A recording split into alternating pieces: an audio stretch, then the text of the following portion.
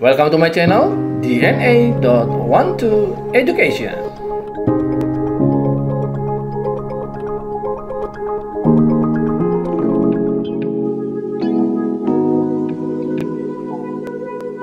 Oke, kembali lagi pada pembahasan soal-soal SBMPTN, SIMAK, dan soal PTN. Menaklukkan Matematika Saintek untuk bagian ke-9.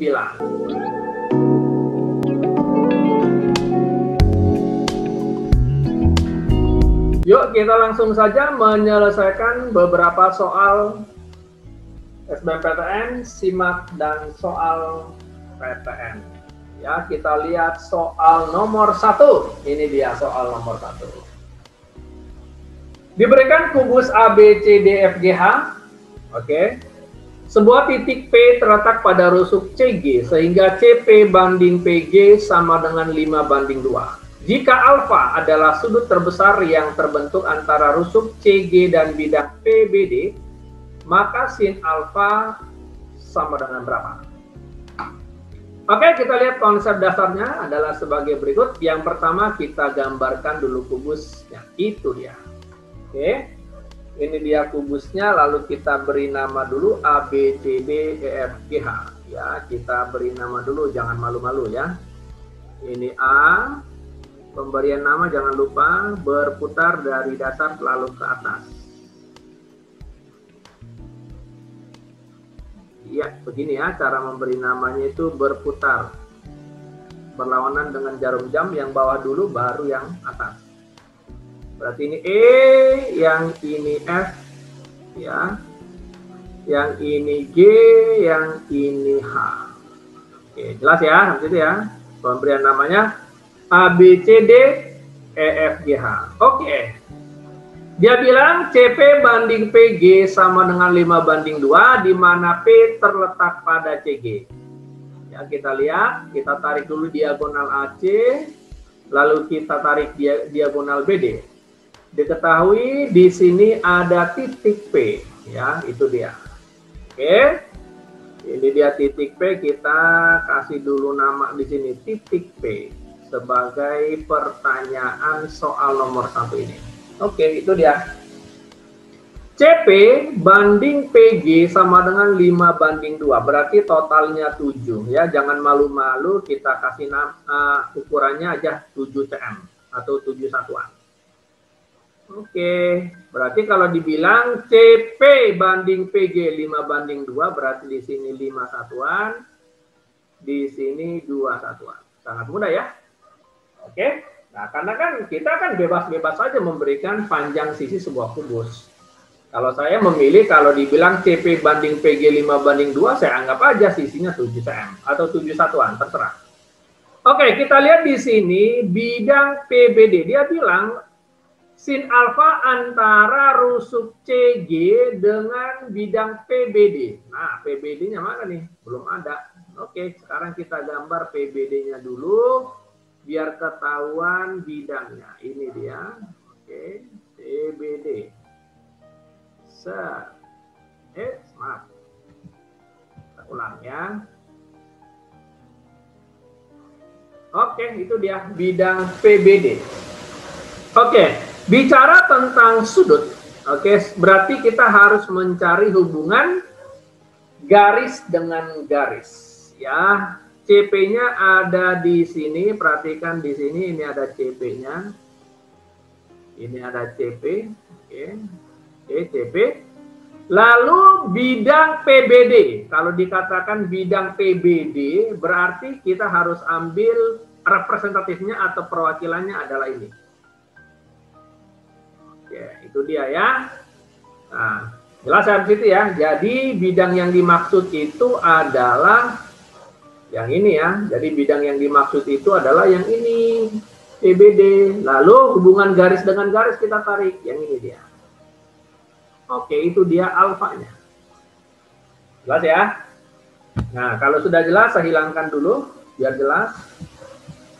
Oke, nah itu dia. Oke, nah sin alfa yang dimaksud adalah, dia bilang begini, sudut terbesar antara CG. garis CG dengan PBD. Oke, berarti kita akan mempunyai dua sudut. Yang pertama adalah yang ini, kita katakanlah yang ini. Oke, yang ini adalah kita katakan sebagai apa di sini? Beta lah gitu ya, beta. Oke. Nah, yang manakah alfa? Yang alfa itu yang ini ya. Sudut terbesar kan secara logika kan di sini alfanya.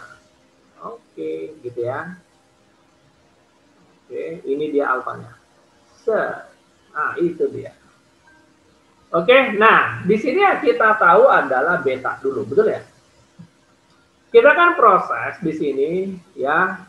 Berarti alfa ditambah beta sama dengan 180 derajat. Oke. Mantap ya. Jadi kalau begitu sudut terbesarnya sudah pasti adalah alfa. Berarti alfa sama dengan 180 derajat dikurang beta. Nah, karena ini bicara tentang sinus, ya kita tambahkan aja sinus kiri dan kanan ya. Yuk, sin alfa ya, sin alfa sama dengan sin 180 minus beta. Gitu ya. Nah, artinya kita dapatkan apa? Berarti kan sin alfa sama dengan sin beta. Selesai. Ini pernyataan yang pertama. Ini apa ya? Oke, jadi sudut apa sin alfa terbesar berarti sama aja sin beta. Kenapa bisa begitu ya? Ingat, sin itu positif di kuadran 1 dan kuadran 2. Oke? Nah, sekarang kita proses dulu. Nah, kalau kita lihat di sini, AC-nya berapa yuk? Berarti AC sama dengan 7 akar 2 ya, diagonal sisi. Oke. Anggap di sini O, ya oke. O, berarti kita akan dapatkan bahwa OC otomatis OC-nya adalah 7/2 akar 2. Oke, mantap. Oke. Nah, sekarang kita sudah mempunyai segitiga POC ya. Kita lihat di sini, lihat ya, lihat. Segitiga POC. POC. Mantap. Oke, jadi kita gimana dong? Oke. Nah, kalau begitu apa kita cari dulu? Dikatakan sinus, OC-nya sudah ada. Oke, kita gambar dulu. Gimana? Kita gambar ya. Udah digambar, biar jelas. Kita tarik. Set. Oke, kita dapatkan segitiga, yaitu namanya di sini adalah O, di sini adalah P, dan di sini adalah C. OC-nya adalah 7/2 akar 2. PC-nya adalah 5. Ini segitiga siku-siku. Berarti kita dapatkan di sini. Apa yang kita dapatkan? OP. OP pakai Pitagoras ya. Kuadrat sama dengan berapa tuh? 7/2 akar 2 kuadrat ditambah 5 kuadrat. Mantap. Berarti OP kuadrat sama dengan berapa nih ya? 49/4 kali 2. Berarti 49/2. Oke, ditambah 25. Mantap. Oke. Jadi OP kuadrat sama dengan 49/2 ditambah 50/2. Jadi sama dengan 99/2. Kalau begitu OP sama dengan akar 99/2. Atau kita dapat berapa nih? 3 akar 11 ya per akar 2 ya. Atau berapa kita bikin ini? Sama dengan kita kali akar 2 ya, atas bawah, jadinya berapa? 3/2 akar 22. Oke, mantap. Ya, 3 akar 22/2, itu OP-nya. Oke, nah sekarang yang ditanya adalah sin beta. Kan dikatakan sin alfa sama dengan sin beta. Oke, sekarang kita proses sin beta. Oke, perhatikan segitiga POC ya, segitiga POC. Oke, betanya juga bisa dilihat di sini nih. Mantap, ya kan? Sama aja kan? Ini betanya. Jadi sin depan per miring berarti apa? OC dibanding OP. Kita lanjutkan, berarti OC-nya berapa OC? OC tadi kita peroleh 7/2 akar 2 cm. Oke. Dibagi OP-nya 3/2 akar 22. Mantap ya. Oke, ini bisa dikecilin dong. Ini coret saja. Oke, sehingga kita peroleh sama dengan 7/3 akar 2 per akar 22. Mantap. Oke. Jadi terus gimana dong? Kita kali berapa ya? Kita kali akar 22 aja ya. Oh tidak perlu dikali akar 22. Ini kita bisa pecah ini. Oke, kita bisa pecah. Jadinya gimana? Ini jadinya 7/3. Bentar. Ini bisa menjadi 7/3 akar 2/22. Mantap. Nah, yuk. Dituliskan di sini sin beta sama dengan 7/3 akar apa ya? 1/11. Ya.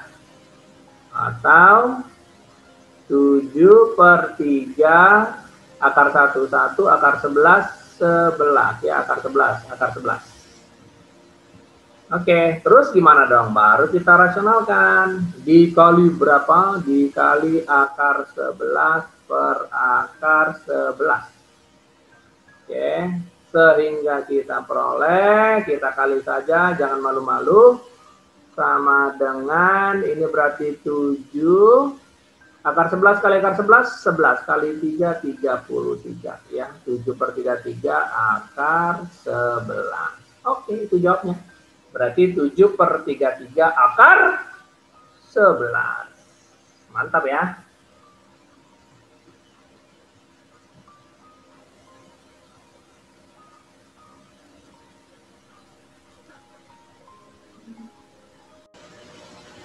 Ya, kita lanjut soal nomor 2. Ini dia soal nomor 2. Ya. Jika 3 pangkat X ditambah 5 pangkat Y sama dengan 18, maka nilai maksimum 3 pangkat X dikali 5 pangkat Y adalah berapa? Oke. Nah, apa sih konsep dasarnya? Apa konsep dasarnya? Konsep dasarnya ini adalah tentang nilai maksimum. Betul ya? Nah, perlu saya sharing dulu nih tentang nilai maksimum. Oke, nah sekarang kita coba proses ya. Di sini dia bilang gini, 3 pangkat X ditambah 5 pangkat Y sama dengan 18. Mengerjakan soal ini ada 2 cara. Dengan cara pertama dimisalkan boleh juga, atau kita langsung juga boleh. Artinya di sini kita kan bisa proses bahwa konsep dari nilai maksimum minimum kan kita harus usahakan dia jadi satu variabel ya. Misalkan saya minta variabelnya dalam X aja deh. Berarti 5 pangkat Y sama dengan 18 dikurang 3 pangkat X. Ini ya. Nah, sekarang diketahui nilai maksimum dari 3 pangkat X kali 5 pangkat Y. Misalkan nilai maksimumnya itu saya anggap adalah M dalam X. Sama dengan 3 pangkat X dikali 5 pangkat Y. Nah, dalam mencari nilai maksimum atau minimum, usahakan dalam satu variabel ya. Berarti 3 pangkat X. Oke. Nah, 5 pangkat Y-nya kita masukin yang ini. Oke, masukkan di sini berarti berapa? 18 min 3 pangkat X. Oke. Sehingga kita peroleh berarti 18 kali 3 pangkat X min 3 pangkat X kuadrat. Atau kita dapatkan 18 kali 3 pangkat X min 3 pangkat 2X. Setuju ya? Inilah fungsi MX-nya. Nah, diinformasikan bahwa ini harus maksimum. Ya, dikatakan ini wajib dimaksimumkan. Apa fungsi maksimum? Syarat dari fungsi maksimum, ya, maksimum yaitu apa? Turunan pertama dari MX itu adalah 0. Itu kan? Nah, kita kembali nih turunan eksponensial. Nah, ini catatannya. Bagaimana tentang turunan eksponensial? Turunan eksponensial.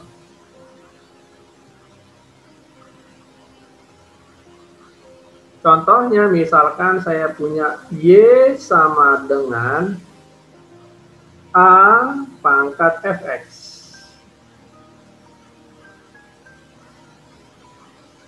Maka turunannya adalah Fx dikali Fx dikali ln A kali F aksen X. Ya, itu dia turunan dari eksponensial. Oke, oh maaf, ini ada kesalahannya. Yang benar adalah A pangkat Fx, ini salah sedikit ya. Oke, yang benar adalah A pangkat Fx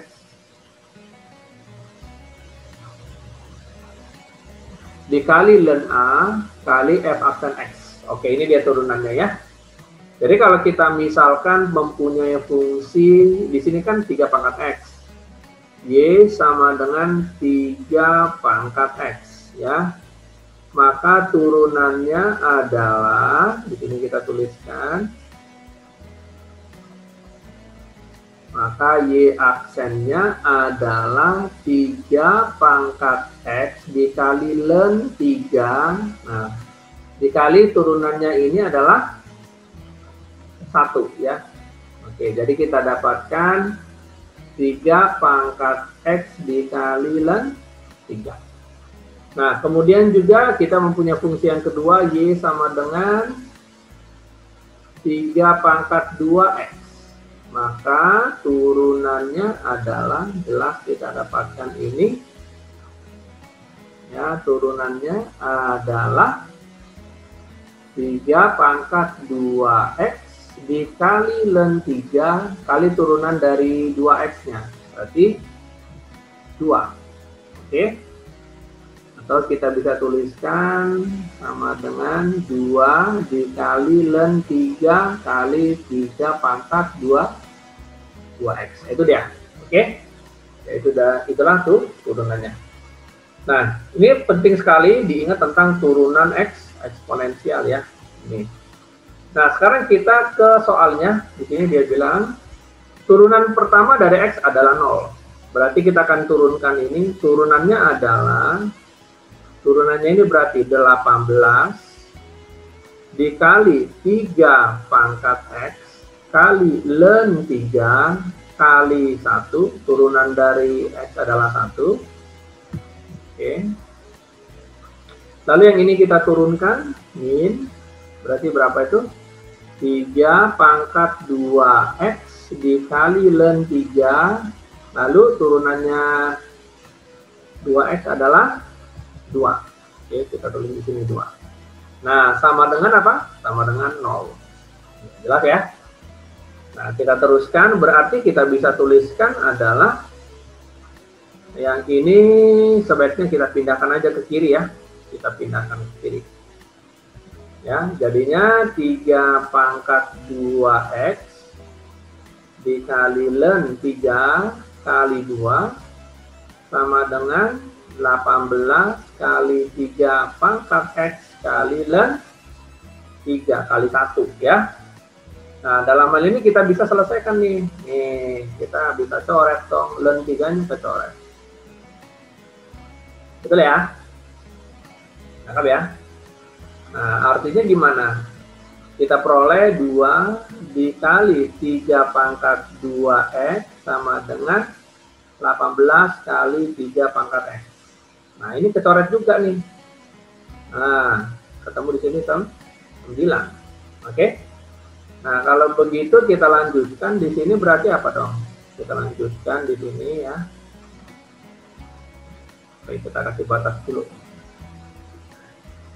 Ini kita kasih batas ya, sehingga kita dapatkan gimana?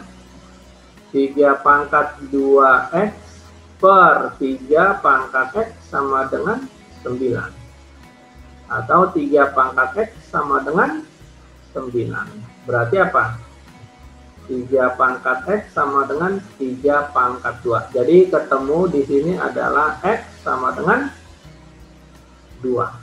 Oke, ketemu sama dengan 2 ya. Nah, karena kita sudah ketemu X-nya sama dengan 2, berarti kita tinggal masukin aja. Oke. Nah, yo, jadi karena ditanya adalah 3 pangkat X. Ya. Nah, MX-nya kan di sini maksudnya tadi apa? MX-nya adalah kita tulis di sini M dalam fungsi X sama dengan 18 kali 3 pangkat X dikurang 3 pangkat 2X. Berarti 18 kali 3 pangkat 2 dikurang 3 pangkat X-nya masukin 2, berarti 3 pangkat 4. Oke, jadi kita peroleh di sini. Berarti 18 dikali 9, oke, 162. Oke, dikurang 3 pangkat 4 adalah 81. Oke, jadi 162 dikurang 81 dapatnya adalah 81. Oke, jadi nilai maksimumnya ada pada MX sama dengan 81. Ini dia jawabnya. Ya, jelas ya sampai sini. Fungsi maksimum pada eksponensial. Oke, sangat mudah ya. Nah, sekarang kita lanjutkan ke soal berikutnya. Oke, kita lihat soal berikutnya di sini. Soal nomor 3. Oke. Nah, jika A tambah B minus C sama dengan 2, lalu A kuadrat tambah B kuadrat min 4C kuadrat sama dengan 2. Lalu AB sama dengan 3 per 2C kuadrat. Maka nilai C-nya berapa? Oke, sepertinya ini soal yang sangat mudah nih. Nah, di sini ada kemiripan antara yang ini. Ini mirip nih sama yang ini. Ya, jadi kalau kita melihat soal itu harus lihat ada kemiripan nggak? Biar gampang. Nah, kalau saya mengerjakannya seperti ini. Lihat deh, di sini kan A tambah B. Di sini A kuadrat tambah B kuadrat. Nah, artinya cara paling gampang adalah A tambah B min C sama dengan 2 saya kuadratin. Jadi saya tulis dulu nih. Ini A ditambah B minus C sama dengan 2. Ini ada mirip kan dia, A kuadrat tambah B kuadrat. Nah, sebaiknya ini saya bikin A ditambah B sama dengan C plus 2. Gitu. Nah, apa yang saya lakukan? Seperti biasa, tadi yang saya katakan ada kemiripan. Berarti ini akan saya kuadratkan kiri dan kanan. Ya, saya kuadratkan kiri dan kanan. Biar mirip ke sini. Ya. Saya kuadratkan kiri dan kanan. Tuh, saya kuadratkan kiri dan kanan. Sehingga saya peroleh di sini A kuadrat ditambah 2AB ditambah B kuadrat sama dengan C kuadrat ditambah 4AC ditambah 4. Nah, jelas ya? Nah, sehingga apa?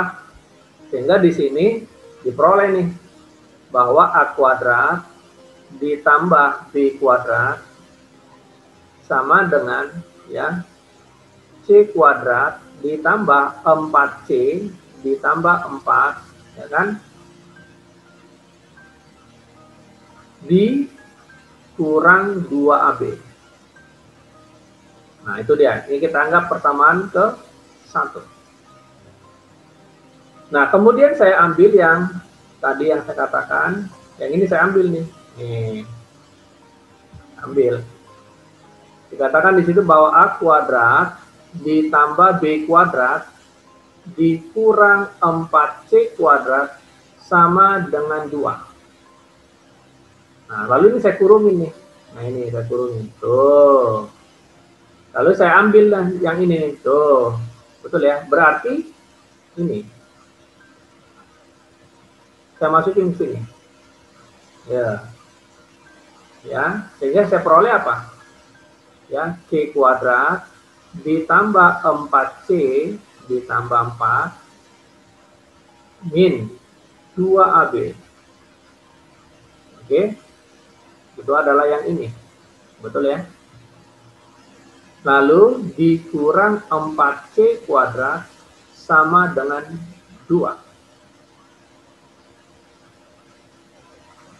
Oke. Oke. Nah, diketahui di sini AB. Nah, perhatikan di sini ada informasi AB sama dengan 3/2C kuadrat. Nah, berarti di sini C kuadrat ditambah 4C ditambah 4 min. Nah, 2 kali AB. AB-nya adalah 3/2C kuadrat. Dikurang 4C kuadrat sama dengan 2.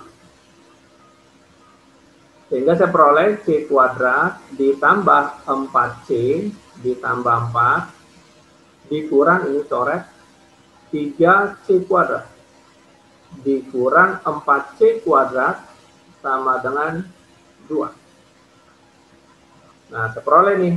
Berarti ini C kuadrat minus 3 min 4. Perhatikan di sini C kuadrat minus 3C min 4.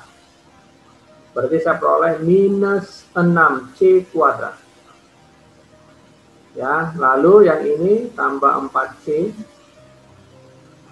Oke, lalu di sini angka 4, lalu di sini ada 2. Berarti jadinya 4 dikurang 2 ditambah 2 sama dengan 0. Oke. Tangkap ya. Nah, enaknya ini diapain? Ya, kita kali aja deh. Oke, ini kita kali berapa? Kita kali bin, ya langsung aja bagi. Ya, bagi berapa ini? Kita langsung aja bagi min 2. Kita bagi minus 2.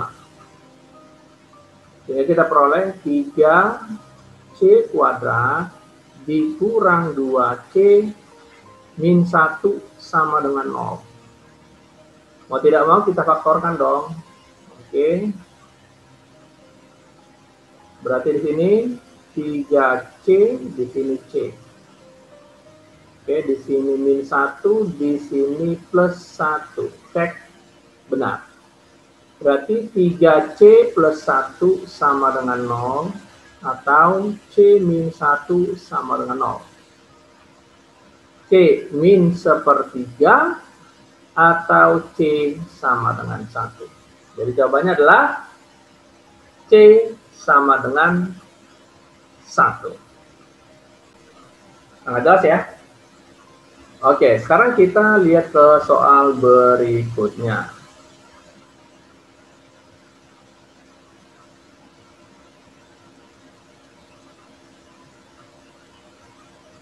Ya, ini dia soal berikutnya.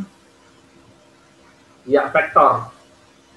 Jika vektor U sama dengan 2 min 1, 2 dan V 4, 10 min 8. Oke. Nah, sebaiknya kalau ada vektor, sebaiknya kita apa? Kita tuliskan secara kolom.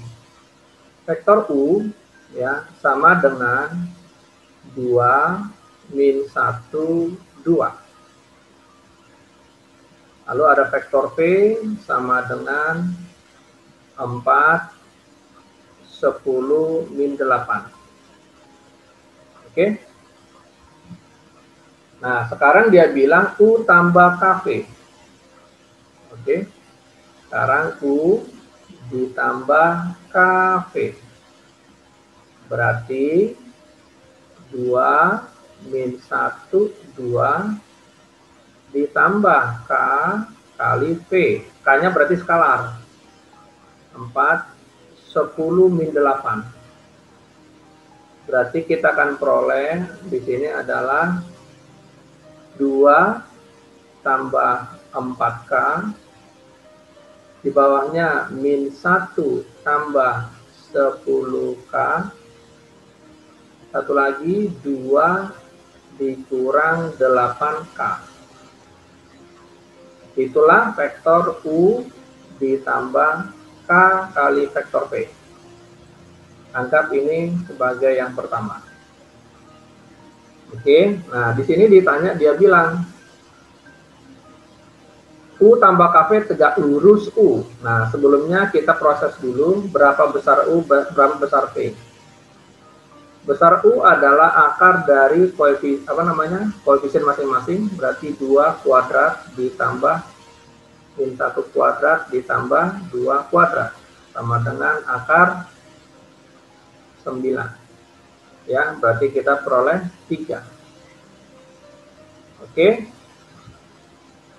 Nah, terus bagaimana dengan vektor V? Nah, sama dengan cara mencari besar vektor U, ya. Berarti besar vektor V adalah akar dari 4 kuadrat ditambah 10 kuadrat ditambah min 8 kuadrat, ya. Betul kan? Nah, kita peroleh di sini akar dari 180. Atau nama lainnya adalah 6 akar 5. Oke, gitu ya. Jadi kita dapat dulu ya, besar U, besar V-nya kita dapat dulu. Lalu jangan lupa juga kita cari U dot V. Ya, perkalian dot vektor. Berarti gimana? U-nya adalah 2 min 1, 2 dot vektor V 4, 10 sama min 8. Ingat, vektor kali vektor jadinya apa? Skalar. Jadi ini berapa nih? 8 minus 10. 2 kali 4, 8. Min 2 kali 10, 10. 2 kali min 8, min 16. Ya, U dot V-nya adalah min 18. Oke, jelas ya sampai situ ya. Oke, nah di sini informasi lanjutan. Dia tanya yang pertama, U tambah KV tegak lurus dengan vektor U. Apa artinya itu? Artinya adalah U ditambah KV dikali dot vektor U, artinya apa? 0. Betul ya? Ingat, U kali V sama dengan besar U dikali besar V cos theta. Nah, karena tetanya di sini 90 derajat, makanya dia jadi 0. Anggap ya? Oke, nah sekarang kita masukin U tambah KV-nya kan kita tadi udah hitung. 2 tambah 4K lalu min 1 ditambah 10K, lalu 2 min 8K. Oke. Dikali vektor U. Vektor U-nya adalah 2 min 1 sama 2 ya. Sama dengan 0. Kan ini arti dari dot vektor. Jadi U tambah KV tegak lurus U itu artinya ini. Nah ingat, vektor kali vektor jadinya skalar. Jadi 2 dikali 2 plus 4K. Lalu min 1 dikali min 1 ditambah 10K. Lalu ditambah 2 dikali 2 min 8K sama dengan 0. Paham ya? Ini artinya apa? Dot vektor. Ngerti ya dot vektor? Cuma dikali-kali gini doang. Gitu. Oke, nah di sini kalau kita hitung, makanya diperoleh di sini adalah K sama dengan setengah. Oke. Diperoleh di sini adalah K-nya setengah. Nah, berarti pernyataan pertama salah. Oke. Nah, dalam SBMPTN, kalau pernyataan pertama salah, yang ketiga mungkin salah. Ya, mungkin salah. Nah, sekarang bagaimana dengan pernyataan 2? Sudut antara U dan V adalah tumpul. Nah, jadi gimana dong itu? Berarti kita menggunakan apa? Pernyataan yang kedua ya. Kita lanjutkan pernyataan yang kedua. U dot V sama dengan besar U dikali besar T kali cos theta. Berarti